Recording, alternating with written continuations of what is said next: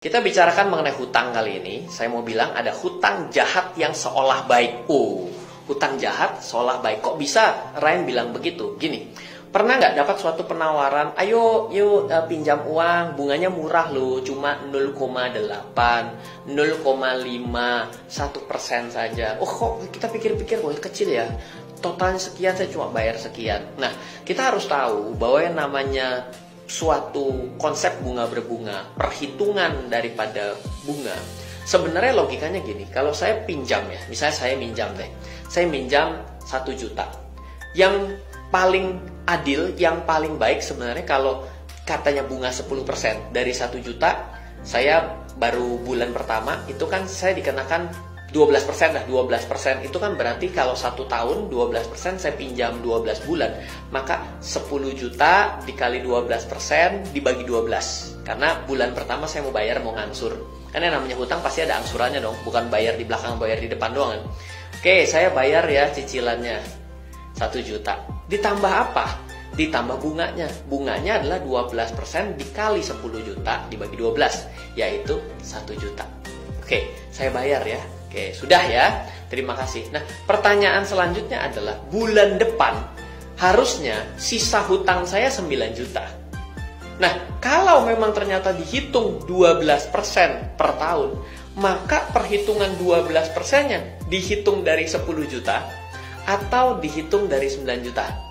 Yang adil dihitung dari 9 juta dong. Kan saya punya cicilan sudah berkurang. Tadinya saya ngutang 10 juta. Betul? Itulah yang dikenal sebagai suku bunga efektif. Kenapa? Karena nilai efektif atas pinjaman kita sisa berapa. Tapi ada perhitungan yang disebut dengan suku bunga flat. Nah, suku bunga flat ini quote unquote sebenarnya cukup jahat. Kenapa? Karena bunganya dihitung dari awal kita meminjam. Jadi seperti tadi, kalau saya pinjam 10 juta, dikenakan 12%, maka 10 juta dikali 12% kan totalnya adalah 1.200.000. Maka saya akan bayar setiap bulan pokok plus bunga, yaitu adalah pokoknya saya bayar cicilannya. Misalnya saya nyicil 10 bulan gitu ya, saya bayar 1 jutanya. Tapi saya harus bayar juga cicilan bunganya itu dari pokoknya.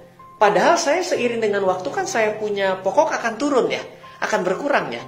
Nah, inilah yang mungkin secara tidak langsung kita akan dibebankan bunga lebih mahal. Kenapa disebut jahat? Masa saya sudah cicil, kamu tidak mengurangi bunga pinjaman saya sih? Nah, saya kasih ilustrasi dengan dua ini yang namanya adalah perhitungan bunga efektif bila kita pinjam 12 juta dalam 12 bulan dengan bunga 1% efektif. Ternyata, terlihat di layar, perhatikan dengan baik, ternyata 12 juta dengan adanya bunganya, yaitu angsuran pokoknya 995.000, angsuran bunganya adalah 10.000. Sehingga saya harus bayar 1.005.425. Tapi perhatikan, di bulan keduanya saya membayar angsuran pokoknya turun.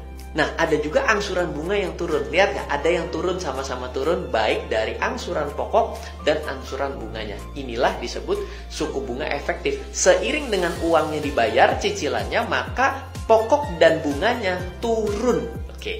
Nah, sekarang coba kamu perhatikan yang namanya bunga flat.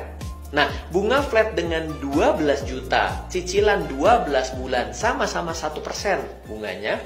Yang terjadi adalah angsuran pokoknya tetap dan juga angsuran bunganya tetap. Sehingga sebenarnya kita membayar pinjaman kita terhitung lebih mahal.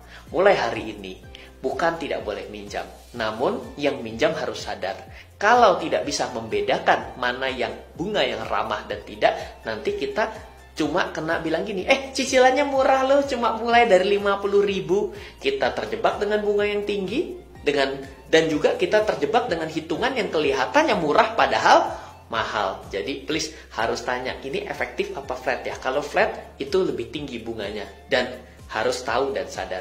Mungkin itu saja.